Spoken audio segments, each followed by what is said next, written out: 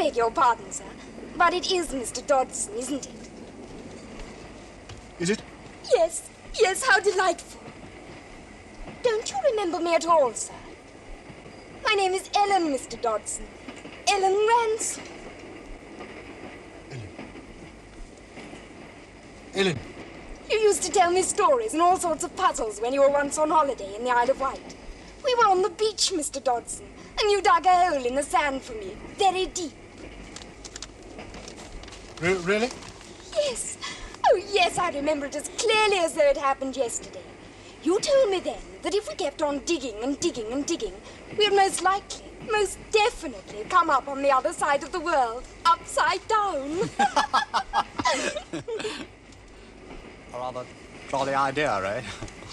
You asked me to consider myself your very special friend, Mr. Dodgson. I've often wished since that I could remember some of the stories you told me. Oh, yes, rather. It's of no consequence. Naturally. I could not know then that you would have become so famous as Mr. Lewis Carroll, Mr. Dodgson. Yes, the author of, oh gosh, Alice in Wonderland.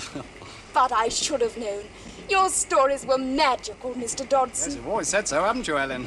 I only wish I could remember them. I'm sure that you recall me just a little.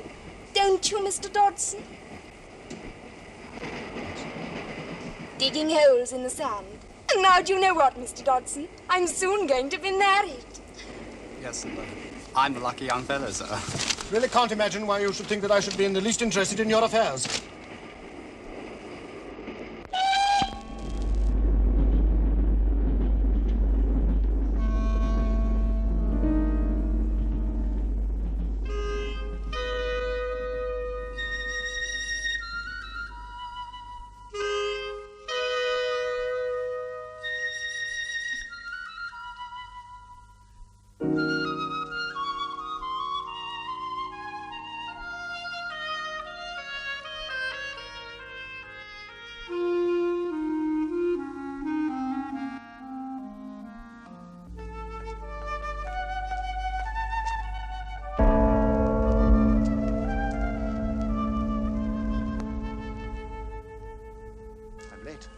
I'm late.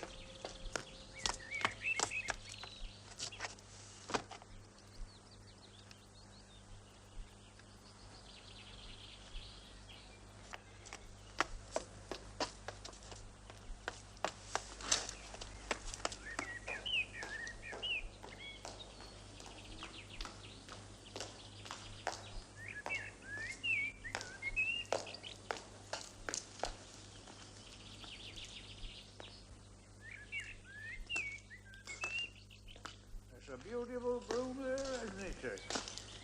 Oh, begging your pardon, Reverend. What? The rose, sir.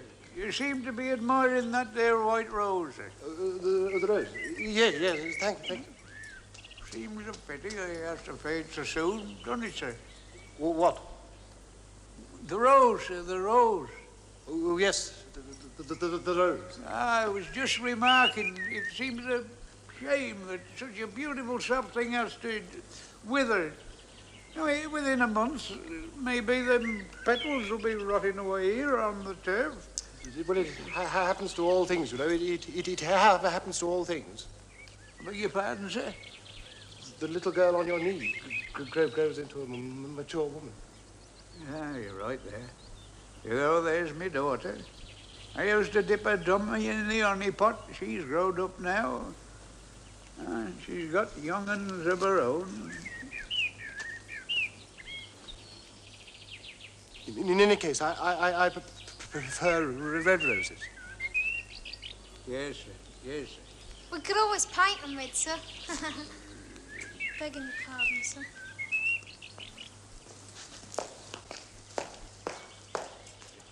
You're too bloody cheeky, lad. Hey, your book, sir!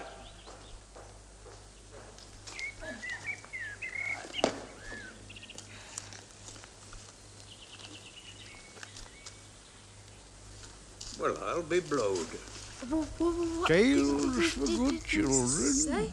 Yep, you watch that lip, boy. Now listen. You wait till you're safe at home before you start laughing at the gentleman tutors. And even then, you got no cause to be poking fun at the shy man. But he looked as though... 18 white roses red indeed. But he looked as though he didn't know whether he's coming or going. Ah, you're right there. He's a rum bloke, that Mr. Dodgson. Here, Harold, you run after him with these here books. And be sharp about it. Go on now. Hey, and Harold, you put them kitty's tails on the bottom, understand? There's no point in embarrassing the poor soul anymore.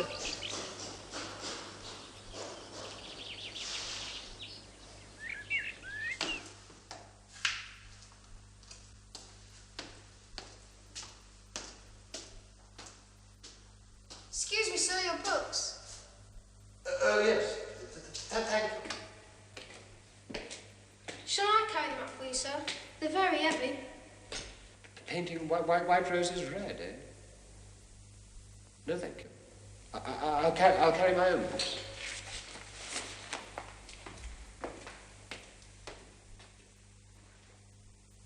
Full. 11, 12, 13, 14, 15. Why shouldn't white roses be painted red? Alice would be enchanted by the very idea.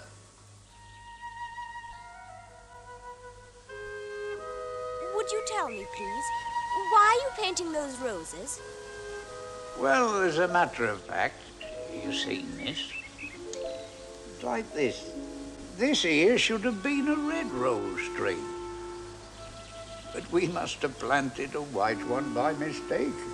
And if the Queen got to hear of this, we should all have our heads cut off, you know. So, you see, we're doing our best in case she should come along to make an inspection of the garden, you see. Time about it, didn't you? He had a word or two with me, that's why. Well, don't hang about, laddie. Go and rake them leaves up.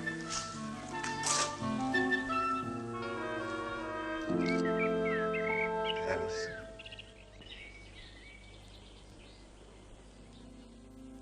Was there while the blackbird was cheerfully singing, I first met that dear one, the joy of my heart.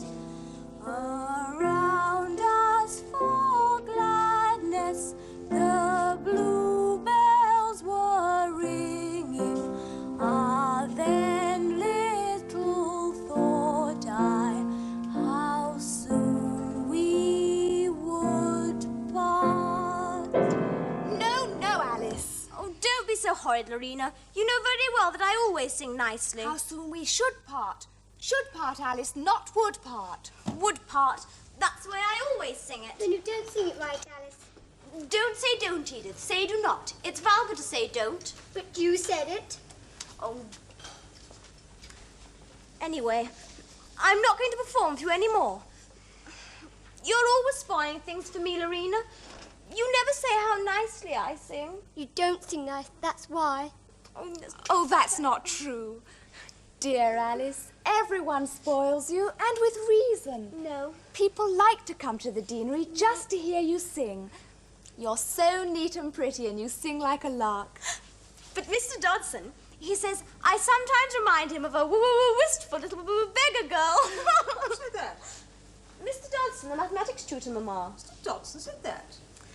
Oh, don't fret, Mother. He wasn't talking about my clothes. They're always much too He nice. certainly wasn't talking about your humility. Well, then what was he talking about, Alice? He was talking about photographs, Mother. Did he want you to pose for a photographic picture? Of course. You're much too vain, Alice. Mr. Dodgson must be very silly. Edith, you must not talk about your elders and betters in such a disrespectful fashion. No, Mamma. Mr. Dodgson may well want for ease of conversation at times. I think that mathematics is rather dull. But as regards the photographic camera, he's becoming very distinguished. He's photographed Mr. Tennyson, you know. But Tennyson was very rude to poor Mr. Dodgson. You didn't know that, did you? How do you mean rude, child? Did you make fun of his stutter? Mr. Dodgson went to stay with Mr. Tennyson when he went to take the portrait. Well, after tea in the smoke-room, Tennyson told all his guests that he often dreamed long passages of poetry. How remarkable. Then he turned very haughtily to poor Mr. Dodgson, who had scarcely said a word. How do you know? Because he told me, of course. And he turned to Mr. Dodgson and said, "You, I suppose, dream photographs." Mr. Dodgson seems to confess a remarkable number of things to you, my dear. Oh, yes, he talks to me a lot. He says that every man should have someone he can trust his secrets with. Trust, Alice. And why should he say that to you? Because he loves me, of course.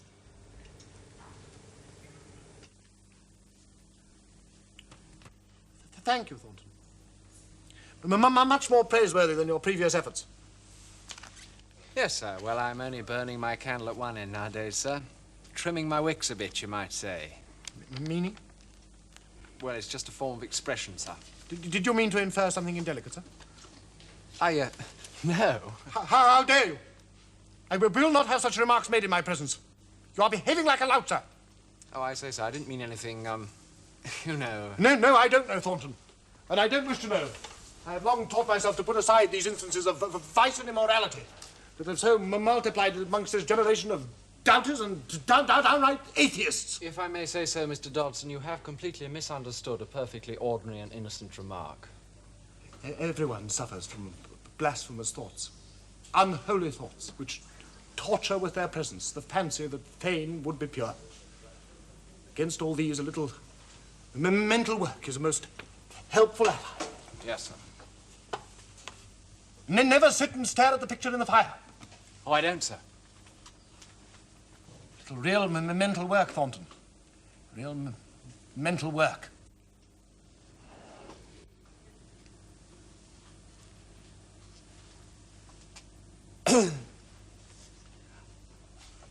Thornton. Sir? Consider this. 4 times 5 is 12.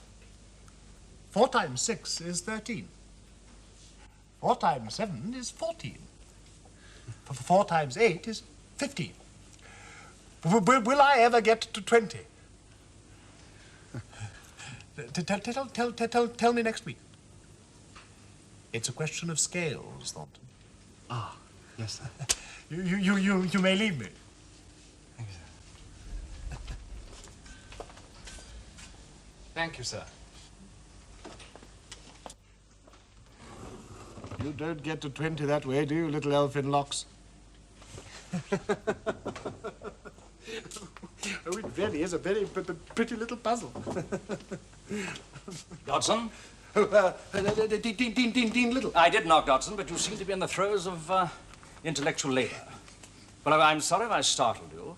There's nothing wrong, is there? No, of course not. I just had rather a heavy tutorial, and it left me exhausted. Won't you sit down, Dean? This is indeed a pleasure. No, Dodgson, I was just passing your stair, and I thought I'd leave you a copy of some proposals regarding the chapel. What's this my daughters have been telling me about you? Well, I really can't imagine. Well, they say that you tell them charmingly improbable tales when taking photographs in your rooms. Those? Alison seems as most impressed with what is called, am I correct, a darkroom. It all sounds a very mysterious process, I must say. But I dare say I might be persuaded to sit for you myself in my academic robes. Eh? Well, that would be a pleasure. Oh, yes. Now, before I forget, I am to pass on to you an invitation from Alice. Oh? Alice, her 2 sisters, her mother, and Mr. Duckworth, ecclesiastical duties permitting, are taking a boat on the river tomorrow afternoon, with a copper kettle, a basket of Chelsea buns, and, if you are agreeable, you, Mr. Dodgson. Well, that would be nice. Are you sure that Mrs. Liddell has no objection? No, not at all. Why should she? Indeed, so far as I can gather, she is very interested in your friendship with my daughters. Well, good day, Mr. Dodgson. And, jolly good boating weather.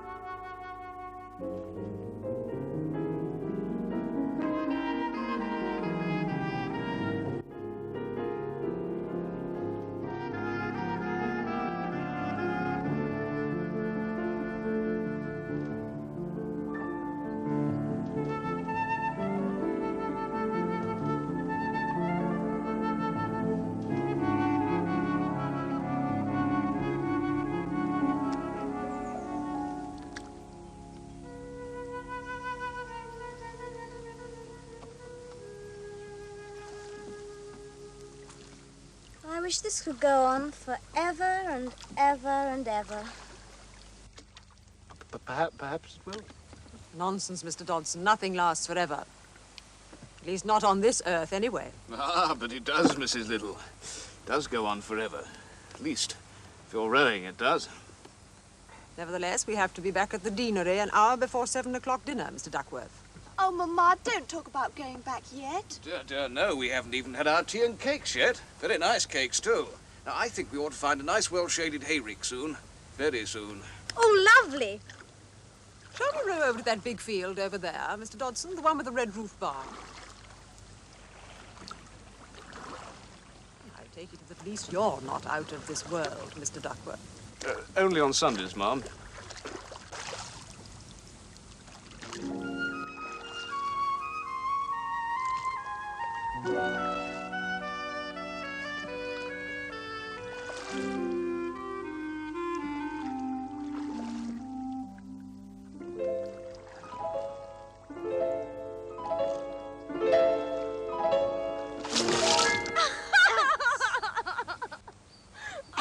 Apologize at once. What a dreadful thing to do. King Neptune, Mr. Dodgson. King Neptune, King Neptune, King Neptune, King Neptune. Edith, be quiet.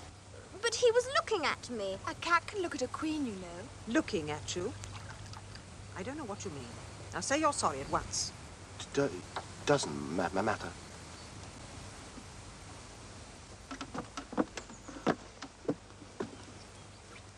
Mr. Dodgson, I was only playing. Of course you were, my dear. And to show you that I really and truly am sorry, you can have my prettiest handkerchief to dry your face. Don't be foolish, Alice. Thank you, my dear. I'm sure Mr. Dodgson has a much more sensible handkerchief of his own. Yes. Yes, of course. One with big red spots on it.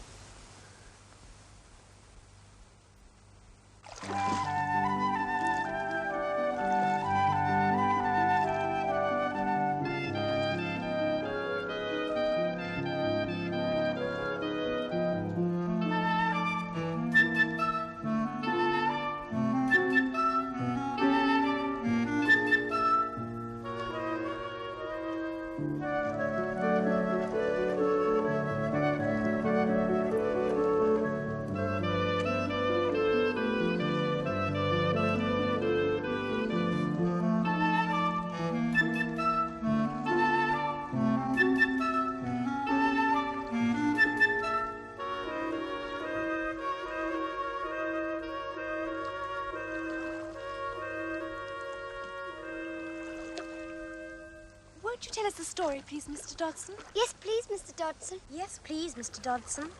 Jolly good idea, Dodgson. Then we can rest a bit in midstream, old chap.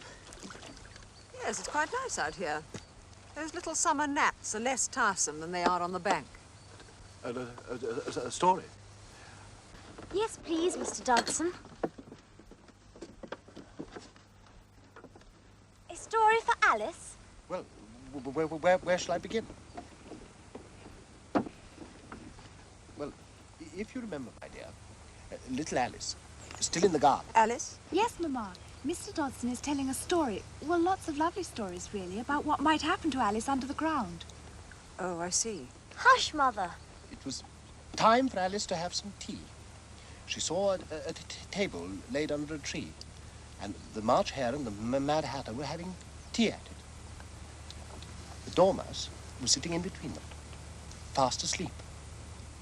The other two were using it as a cushion, leaning their elbows on it, you know. How very uncomfortable for the Dormouse. Only as it's asleep, I suppose it doesn't mind.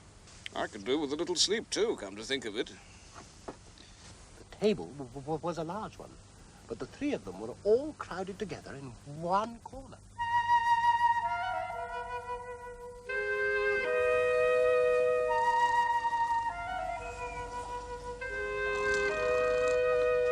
No room, no room. There's plenty of room. Have some wine. I don't see any wine. There isn't any. Then it wasn't very civil of you to offer it. It wasn't very civil of you to sit down without being invited. Well, I didn't know it was your table. It's laid for a great many more than three. Your hair wants cutting. You should learn not to make personal remarks. It's very rude.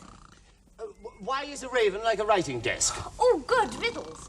I believe I can guess that. Do you mean that you can find out the answer to it? Exactly so. Then you should say what you mean. Well, I do. At least I mean what I say. Well, that's the same thing, you know. Not the same thing a bit. Why, you might just as well say I see what I eat is the same thing as I eat what I see. Huh. What day of the month is it? You might just as well say that I like what I get is the same thing as I get what I like. What day of the month is it? The 4th. Oh, 2 days wrong. I told you butter wouldn't suit the works. It was the best butter. Yes, but some crumbs must have got in as well. You shouldn't have put it in with a bread knife. I say, I really think we ought to eat, you know. It's time for the buns. Alice had been looking over his shoulder with some curiosity. What a funny watch, she said. It tells the day of the month, but doesn't tell what o'clock it is. Meanwhile, to wake up the Dormouse, the Hatter had poured some tea upon its nose. Have you guessed the riddle yet? No, I give it up. What's the answer? I haven't the slightest idea. Nor I.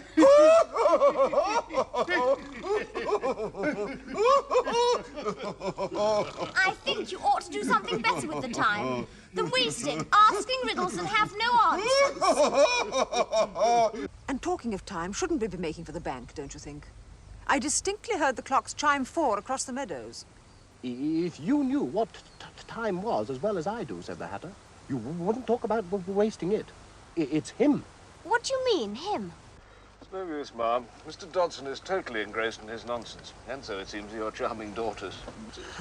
You mean to say you never even spoke to time? Perhaps not, Mr. Dodgson. But I know I have to beat time when I learn music. That's it, Alice.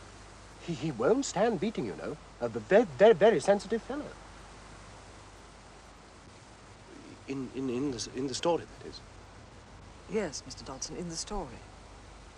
Oh, am I keeping you all? Well, old chap, some of us do think it's time we had some tea ourselves. Yes, tea, of course. Oh, dear, tea. And I was so enjoying the Mad Hatter and the March Hare, Mr. Dodgson. I wish they were all real. Thank you, Mr. Dodgson. We all thought it was very enjoyable.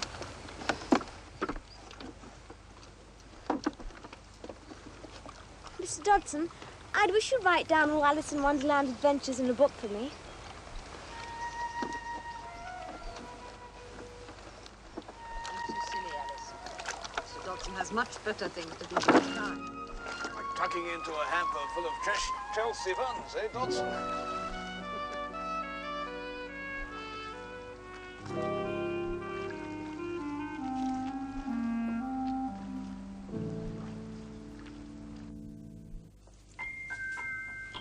Beautiful sound, sir, isn't it? Beautiful. As clear as, what shall we say, the proverbial bell, hmm? And mercifully lacking the sentiment of the words. Yes, quite. Now, I understood from your man, sir, a cheerful fellow, that this might be the kind of thing you wanted me to bring along. I was looking for a present. Oh, very nice, too, sir. Very, very nice.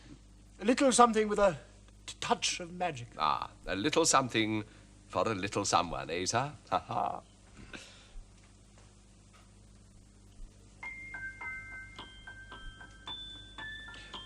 Mechanical. Oh, yes, sir, yes, marvellously so, sir, and as clear as a bell.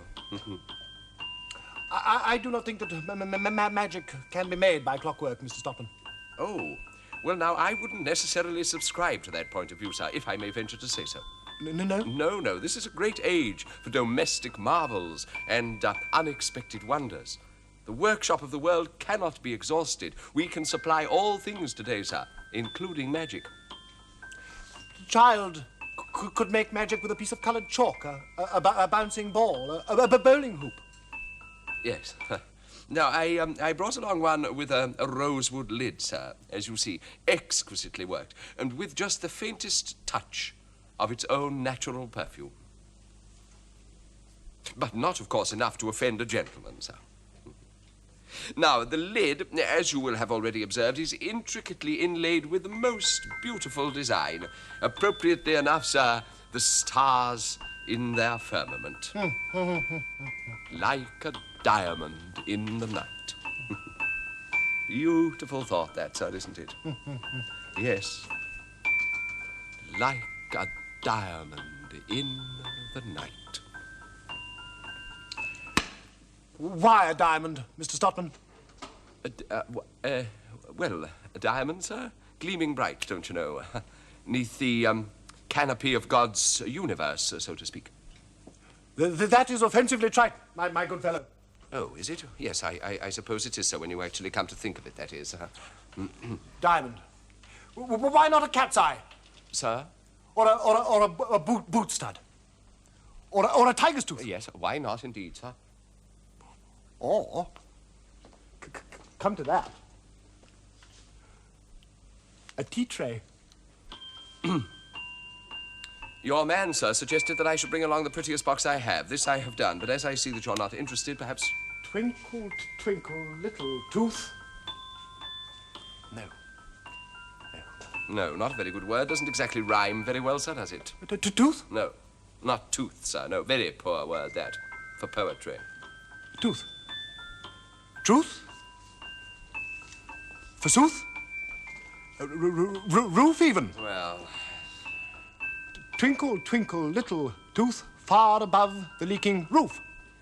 I'm afraid poetical imagining is not very much in my line, sir. I will take it. You will?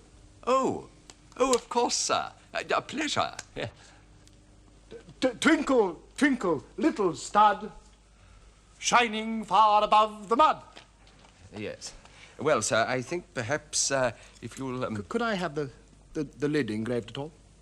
Perhaps on the underside? Oh, certainly, sir. Very simple matter, yes. Presumably with the name of the fortunate recipient. In tiny, tiny letters. Very, very small, sir, yes. Undoubtedly. To Alice. With love from the Mad Hatter. I beg your pardon, sir? The Mad Hatter. You did say mad, sir? I did. Good day to you, Mr. Stotman. Good day, sir. Thank you. It shall be done.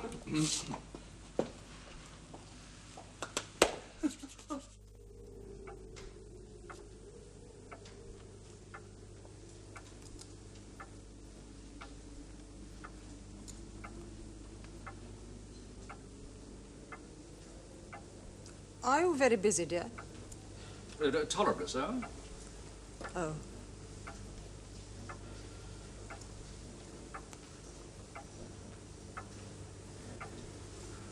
Was there anything important? No, not if you're busy. Mm.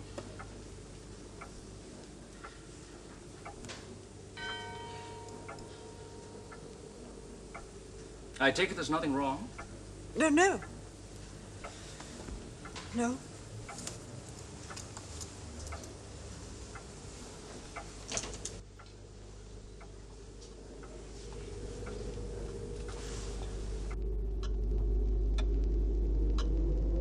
It's snowing, you know. I never liked looking from a lighted room into the dark. No? No. You notice how your reflection comes between you and the scene outside? You seem to get lost in the dark, or black. Black, nothing. You have to be in the dark yourself to see into the black out there. I suppose so.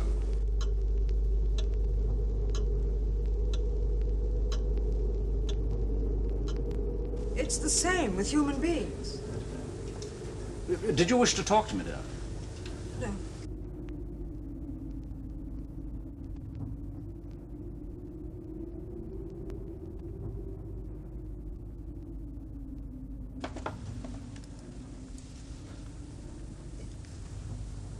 It's just Mr. Dodgson. Dodgson. That man, in spite of his virtues, is fast becoming a great nuisance to me, as I'm sure you realize. He seems to be at least 20 years older in his prejudices than his actual physical age. A most illiberal person indeed, and not least in his attitude to the government of this college. But I'm not talking Dodgson, about that. I'm afraid, is implacably opposed to almost any alterations regarding the chapel. He even objects to the laying of a new drainage system in the college. That man is absolutely determined to defend the old order at Oxford. But I don't wish to discuss college politics, dear, not at the moment. There's a new movement, a new mood in the university, not before its time, in my considered opinion. Did you know that Mr. Dodgson has been writing to Alice? What's that? Oh, yes, my dear. I know that in personal relationships, at least, he's as generous and kind-hearted, quite remarkably so. But I wasn't referring to his friendship for our daughters. There are always individuals who, for whatever perverse reason, are incapable of challenging the status quo. Yes. They're so preoccupied with habit that they never listen. Exactly, my dear. Quite.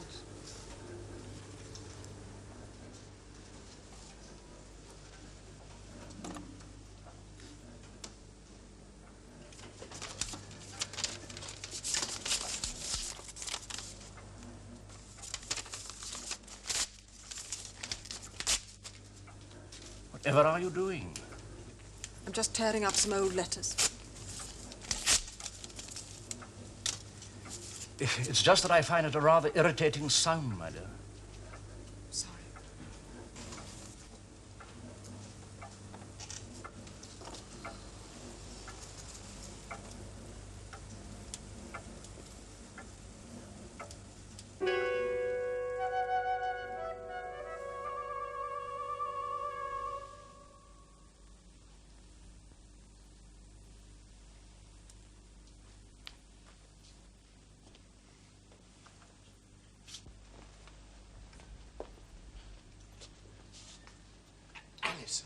You must keep quite still.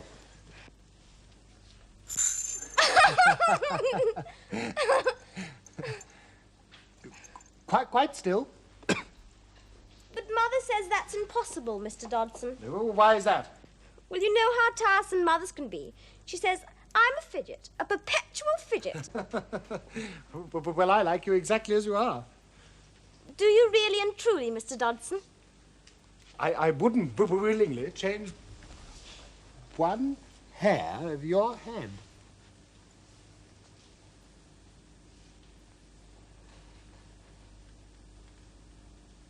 What a funny man I am. Oh, no, not funny.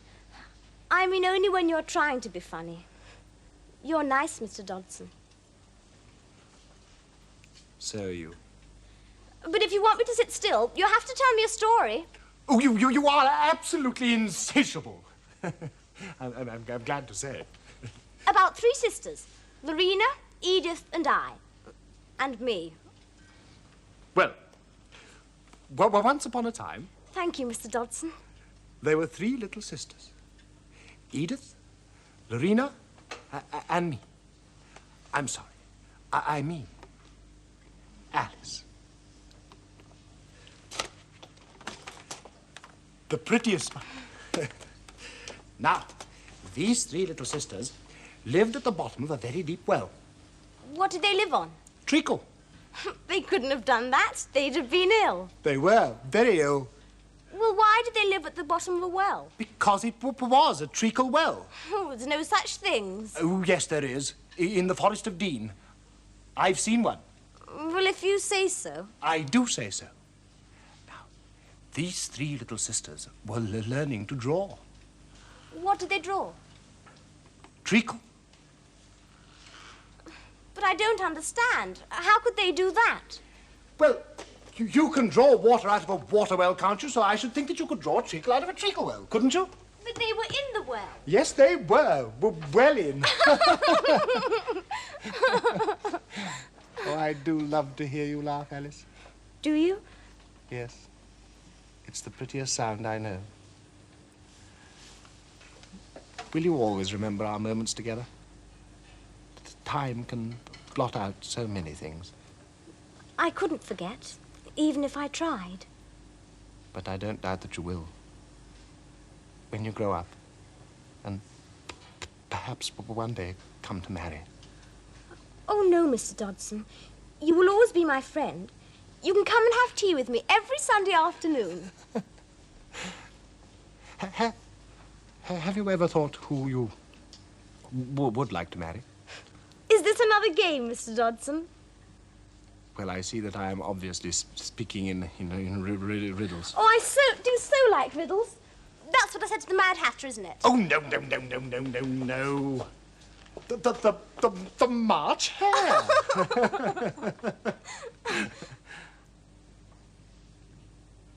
You must be careful not to lose your head.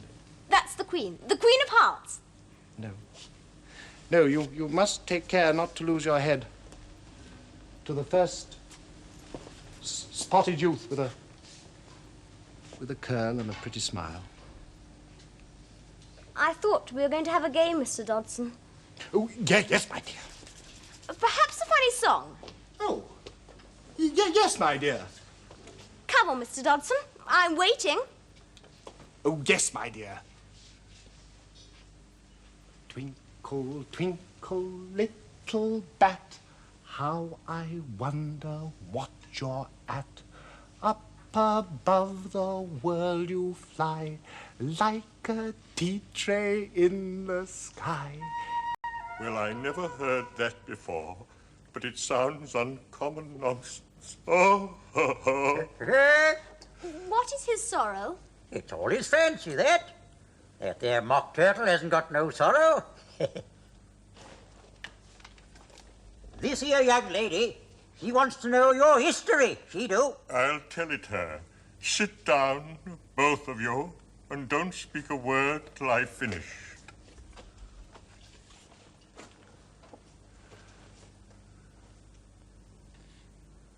I don't see how he can ever finish if he doesn't begin. Once I was a real turtle. Oh.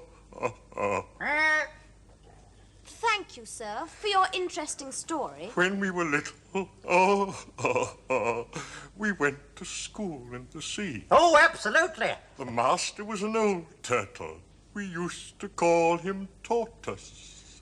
Why did you call him Tortoise if he wasn't one? We called him Tortoise because he taught us. Really, you are very dull. You ought to be ashamed of yourself, asking such a simple question. Yes, we went to school in the sea. Though you mayn't believe it. I never said I didn't. Hold your tongue! How many hours a day did you do lessons? 10 hours the first day, 9 the next, and so on. What a curious plan. That's why they're called lessons. Because they lesson from day to day. So the 11th must have been a holiday. Of course it was. How did you manage on the 12th? Oh, that's enough about lessons. Tell her about the game now. You may not have lived much under the sea, and perhaps you were never even introduced to a lobster. I once tasted. No, never. So you can have no idea what a delightful thing a lobster quadrille is. No, indeed. What sort of dance is it? Why, you first form a line along the seashore. 2 lines, seals, turtles, salmon, and so on. Then when you've cleared all the jellyfish out of the way... That generally takes some time. You advance twice. Each with a lobster as partner. Advance twice, set to partners. Change lobsters again, retire in same order. Then you throw the lobsters as far out to sea as you can. Swim after them. Return a somersault in the sea. Change lobsters again. Back to land again. And that's all. The first figure. It must be a very pretty dance. Oh, would you like to see a little of it? Yes, indeed. Come, let's try the first figure. Shall we? Yeah, well, we can do it without the lobsters, you know. Who shall sing? Oh, you sing. Then I will too.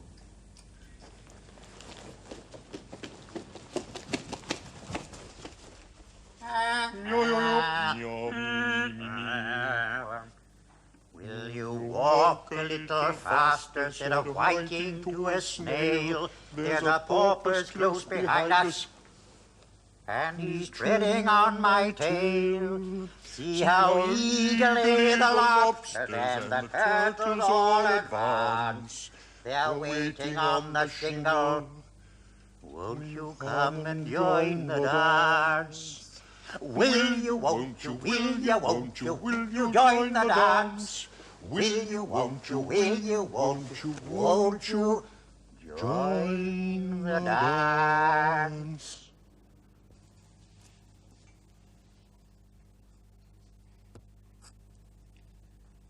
It's done.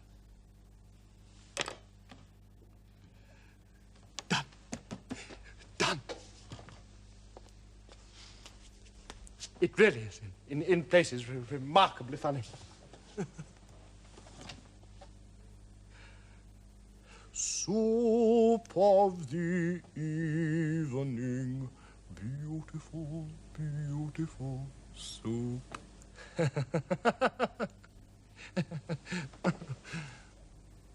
Who cares for you, said Alice. You're nothing but a pack of cards. At this, the whole pack rose up into the air, came flying down upon her. She gave a little scream, half of fright and half of anger, and tried to beat them off, and found herself lying on the bank with her head in the lap of her sister, who was gently brushing away some dead leaves that had fluttered down from the trees upon her face.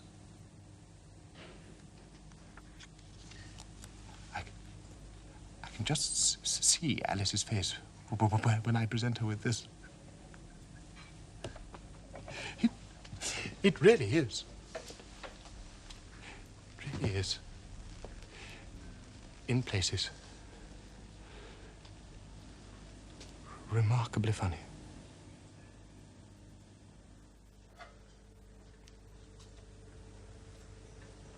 Would you care for some more kidney? Yes, thank you.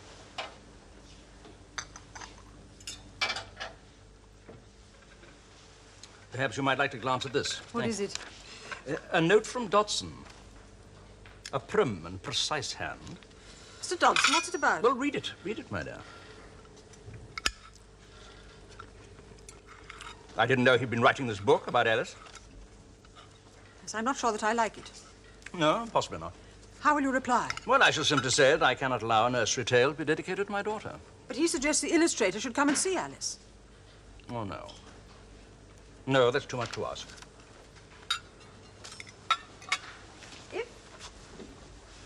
If Alice is, as it were, a character in this book, do you think other members of the family might be represented? I hope not. Not that he notices any other member of the family. I think it would be politic if Mr. Dodgson were to see a little less of Alice in the future. Yes. Yes, my dear. But do be careful not to upset his feelings. He's a very sensitive man. Quite distressingly so at times. I have the feeling sometimes that Mr. Dodgson would be quite content to wait until Alice is grown up. Whatever do you mean? Marriage. Oh, really, my dear? Such horrible fantasies at the breakfast table. He might as well wait for the moon to turn to cheese. Or fried bacon. Yes, it is rather pathetic. I don't suppose anyone will bother to read his blasted book either. I found it an altogether entrancing little book, my dear Mr. Dodgson. Very unusual. Yes, I think we may well hope for a reasonable sale, after all. Thank you. Charming sense of the fantastic and childlike. Oh, it's very kind of you. Nothing to give even the tiniest of our readers anything approaching a nightmare. Where are the werewolves of yesteryear, eh, Mr. Dodgson? Wolves? A mere whimsy, my dear fellow. The nursery red in tooth and claw. You tell me that Alice is drawn from your recollection of Dean Liddell's daughter. Yes, that is so. You must be very fond of the child. Yes, I am. It's such a pleasant change to handle a beautiful manuscript that has not been distilled out of some private agony. Writers, to be quite frank with you, Mr. Dodgson, can be the most awfully boring people, don't you think? Is there something wrong? Oh, my dear sir. Soup of the evening, Beautiful, beautiful, super capital cat. Yes, well now, if, as you tell me, Miss Liddell was the inspiration for the delightful Alice, then we must ask Mr. Tenniel to make his illustrations fit the subject. No. The Dean and Mrs. Liddell have expressed a wish otherwise. Oh, but I can't see that. No, but they seem to find it embarrassing. Dear. Still, Mr. Tenniel probably does not need that degree of verisimilitude for his model. The matter need not trouble us. There is a little girl, Canon Babcock's daughter, with long hair and a snub nose. Perhaps she? Of course. The girl, Alice Liddell, I mean, she at least must be excited by all this business. After all, she will have something to remember for the rest of her days. Yes, I hope that is so. And something to show her children. Her children? Quite. But you know, the time will come for me to say goodbye to my childish friends when I have to doff my hat to them in the street. I have a feeling in my bones, Mr. Dodgson, that you will find little bits of Alice all over the place. Oh, dear, that sounds unusually gruesome. Well, what do you mean, sir? I mean, quotations, don't you know? Some passages insist on finding house room in the mind. I myself am exceedingly fond of quoting from books, Mr. Dodgson. Well, 'tis the sign of a well-furnished mind, Mr. MacMillan. How sharper than the serpent's tooth it is to have a thankless child. King Lear? King Lear. King Lear. Quotations can be used like bludgeons in insensitive hands. The nursery still lisps out in all they utter. Besides, they always smell of bread and butter. Lord Byron, sir. Lord Byron. Lord Byron. I must go. If you give me 6 lines, written by the most honest man, I will find something in them to hang him. Cardinal Richelieu. Small have continuous plodders ever won, save base authority from others' books. Shakespeare. Shakespeare? Shakespeare, sir. Good day to you. Oh, yes. Of course. Love's labour's lost.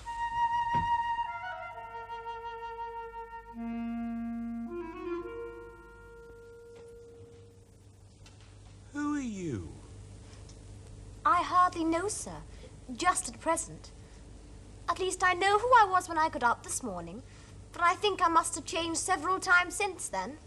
What do you mean by that? Explain yourself. I can't explain myself, I'm afraid, sir, because I'm not myself. You see? I don't see. Well, I'm afraid I can't put it more clearly, for I don't understand it myself to begin with.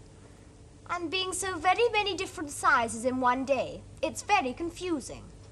It isn't. Well, maybe you haven't found it so. But when you turn into a chrysalis, you will someday, you know, and then into a butterfly, I should think you'll feel it a little queer, wouldn't you? Not a bit. Well, perhaps your feelings may be different. All I know is it would feel very queer to me. You? Who are you? I think you ought to tell me who you are first. Why? Come back. I've something important to say. Keep your temper. Is that all?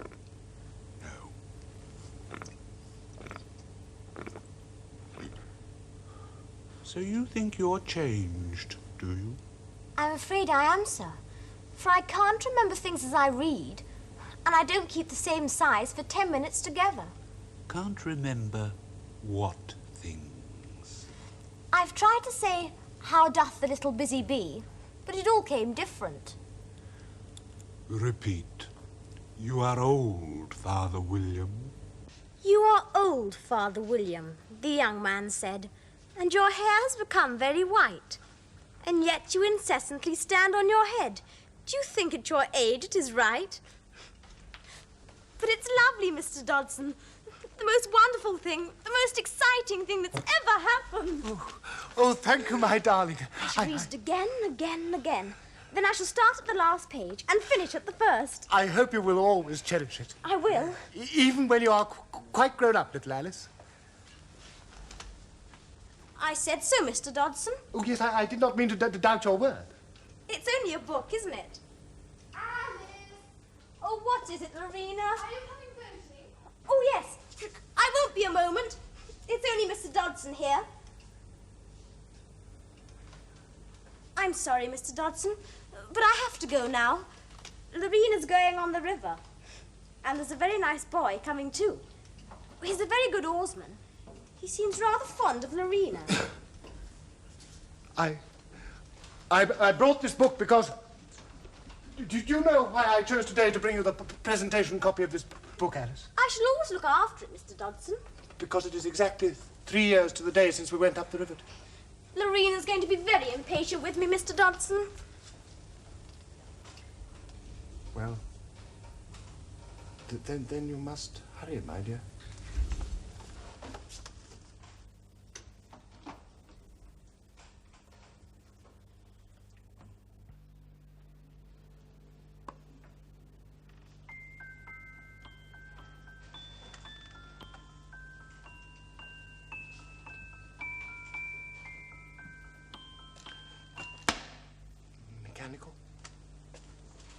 Ah, Mr. Dodgson.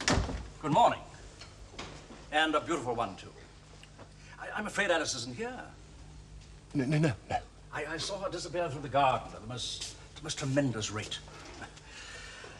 On her way to the river, no doubt. Yes. Yes. But of course, if she had been aware that you were calling... She prefers the river. Oh, nonsense. She prefers the river, I say. She prefers the river. Well, maybe so, maybe so. Anyway, in this weather... Are you feeling all right, Mr. Dodgson? Perfectly, thank you. Well, perhaps you would like to take a chair. We might discuss one or two matters of interest regarding the college. I had been meaning to discuss with you the reallocation of rooms in Peckwater Quad. Now it seems as good at... Are you sure there's nothing wrong? Are you sure that there is nothing right? I beg your pardon? You seem to have... You, sir. I'm talking about you. Mistakenly taken it for granted that all changes for the better. The reverse is often the case. My dear fellow, I was merely going to propose that... This college withstand yet further reform. I know, sir. I know. Tradition is no longer enough. The past must be dismembered. Broken. We shall make up one morning and find Tom Quad full of foul-mouthed navvies, steam engines, and cast-iron piping. Oh, really, Mr. Dodgson, this exaggeration is... Nothing beautiful is to be left alone. Is to be left in peace. I can see that you're very upset about something, Mr. Dodgson. I think we'd better postpone discussion on this matter until a future time. Why? I do not get my way. I don't see the point in all this. My feelings are trampled on in the most disgraceful fashion. My motives are continually misunderstood. How much can a man endure? My dear fellow, you... Good day to you, sir. Good day to you. What an extraordinary thing.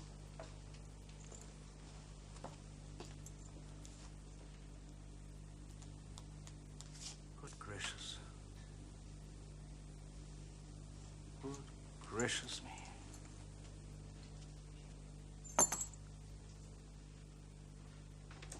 Mr. Dodgson? Papa? Well, Mr. Dodgson was here a moment ago. I came back to fetch the book he gave me, to show Lorina and Edith. The book? It's the most wonderful, wonderful book, Papa. Alice, that's me, of course, in Wonderland. Alice, you haven't by any dreadful chance been rude to Mr. Dodgson? Thoughtlessly unkind? Of course not. I thanked him very kindly. Then Lorina told me to come on the skiff. Yes. Alice, does Mr. Dodgson ever frighten you? Frighten me? Well, I don't quite mean that. I told Lorina I wouldn't be long. I only came back for the book.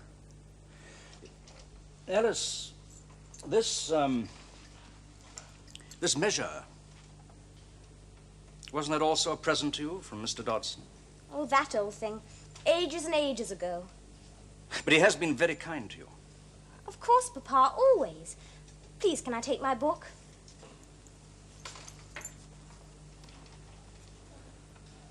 Alice, a childish story take, and with a gentle hand, lay it where childhood's dreams are twined, in memory's mystic band. It's wonderful, isn't it, Papa? Very. I must hurry now. Alice, Yes, Papa? a gentle hand, my child. The verse says, take it with a gentle hand. Oh, yes. All young ladies must be gentle. Alice's Adventures in Wonderland. With inadequate drainage, no doubt.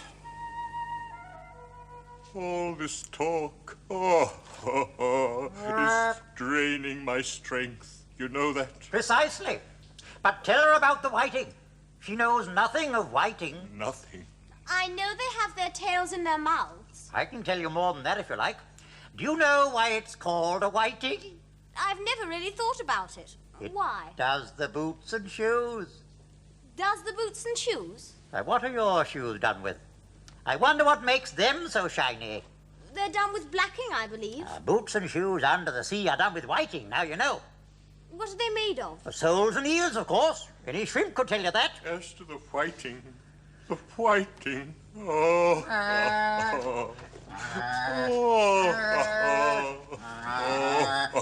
as if we had a bone in his throat. Oh, be gentle. Please be gentle. You may not have lived much under the sea, but I can tell you what it is. No wise fish would go anywhere without a porpoise. Wouldn't it? Of course not. Why, if a fish came to me and told me he was going on a journey, I would say to him, with what purpose? Don't you mean purpose? I mean what I say. Anyway, let's hear some of your adventures now. Well, I could tell you my adventures beginning from this morning, but it's no use going back to yesterday, because I was a different person then. Explain all that. Oh, no. Explanation takes such a dreadful time. Anyway. Anyway? Several years have just passed.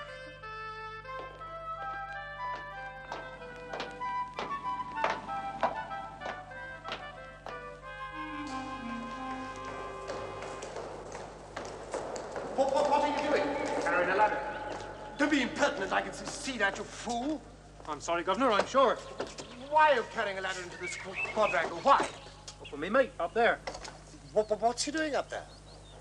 Measuring. Measuring? That's right, sir. What for? Measuring what? What? Haven't you got a civil tongue in your head? The bill frame is going to be pulled down, sir. Pulled down? Pulled down? Dean Liddell's orders. Improvements, sir. You put that ladder down. Do you hear? Put that ladder down at once. I can't very well do that now, can I, sir? Put that ladder down. Hold on. Put the ladder down. What are you doing? You're a loony. Somebody must stop this madness. I say, what's up here? What's the matter? He's attacking me, sir. Liddell is interfering with the bell. Oh, come on now, old chap. There's no need to get worked up like this. Now, go about your business, you, and don't trouble Mr. Dodgson in this manner again. Don't you worry. I'll steer well clear of him. Pig, are you feeling all right? I'm sorry, Doctor. I'm sorry.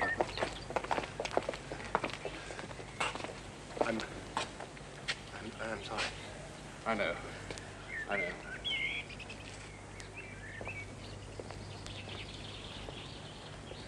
Sometimes the very buildings seem to tremble in the air.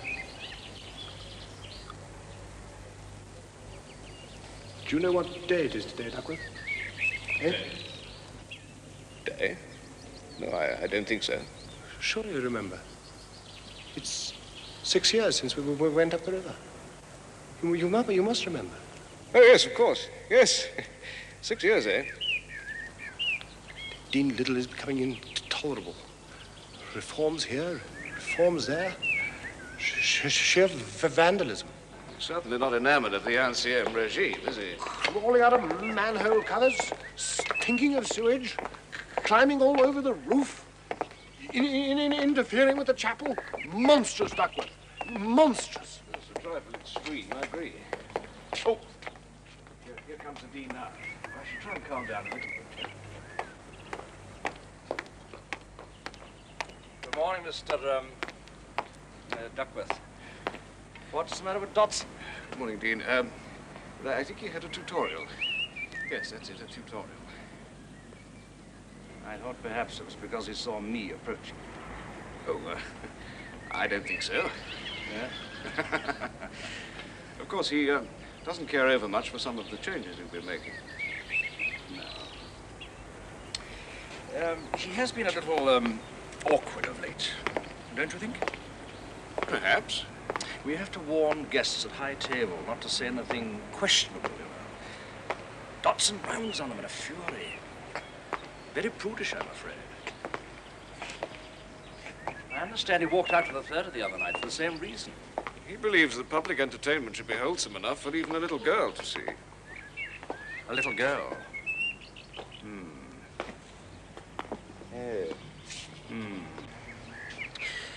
I get the impression that he's harboring some great and secret disappointment. Oh, do you think so? His book has brought him great fame. Nevertheless, he did leave the room in a huff when he was pointed out as Lewis Carroll, the author of Alice in Wonderland. Yes. Does he see much of Alice nowadays? Oh, yes, from time to time. Of course, she's outgrown his stories, and to tell the truth, I think she considers him just a teeny bit of a bore. Oh. Well, I think that's a great pity. For all sorts of reasons. Yes, perhaps you're right. Actually, I was considering asking him to come on a picnic with my daughters and a few others. Good idea. Yes? Yes, he'd like that. They won't sting. Not you, at least. There. 7 in one blow. And now you have to kill the dragon. No, I don't. I have to do something much worse. An essay on Bishop Bartlett. Will you have another bun, Hargreaves? I know how gigantic undergraduate appetites can be. No, thank you, Mrs. Liddell. I've eaten more than enough. What about you, Baker? Oh, thank you, Ma'am, but I'm amply satisfied, too. Mama? No, Alice. Too much at tea time is not good for a young lady. I think that I could manage another bun. Yeah, of course, Mr. Dodgson. Will you help yourself? Edith, will you come away from the water at once?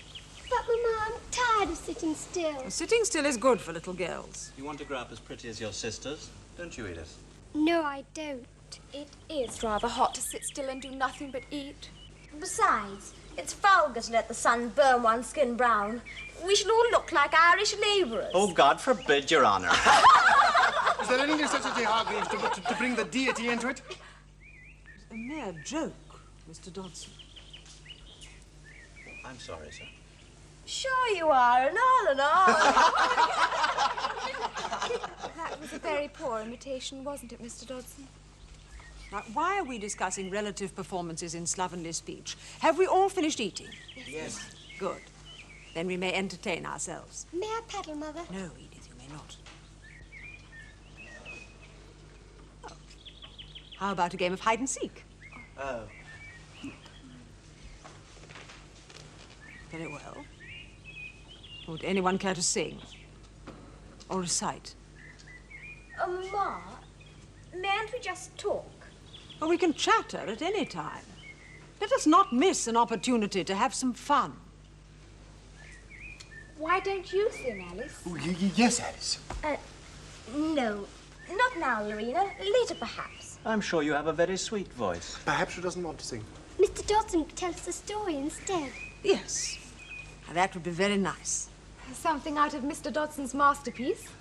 Oh, no, Lorina. We all know it off by rote. I mean, I read it all the time. I know every page. It's lovely. Would you like me to recite the Song of the Mock Turtle? Yes, please.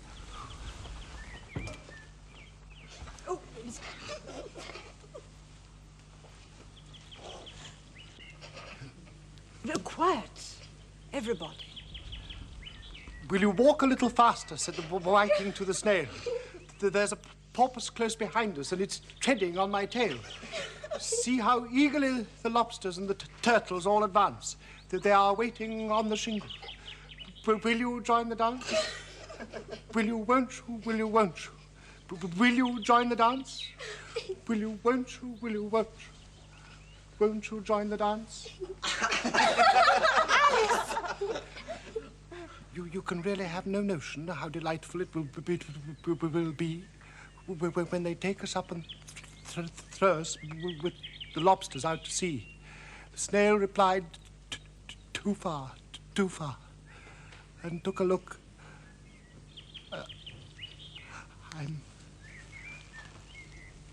I'm so sorry.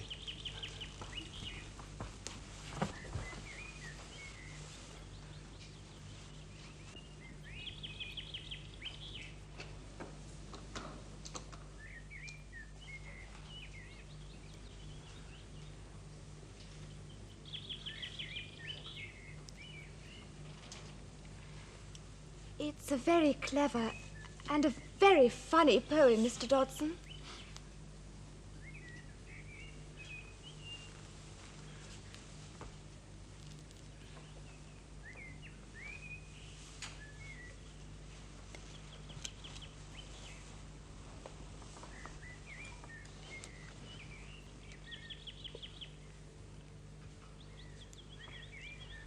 Lastly, she pictured to herself how this same little sister of hers would in the after-time be herself a grown woman, and how she would keep through all her riper years the simple and loving heart of her childhood, and how she would gather about her other little children and make their eyes bright and eager with many a strange tale, perhaps even with the dream of Wonderland of long ago, and how she would feel with all their simple sorrows and find a pleasure in all their simple joys, remembering her own child life and the happy summer days.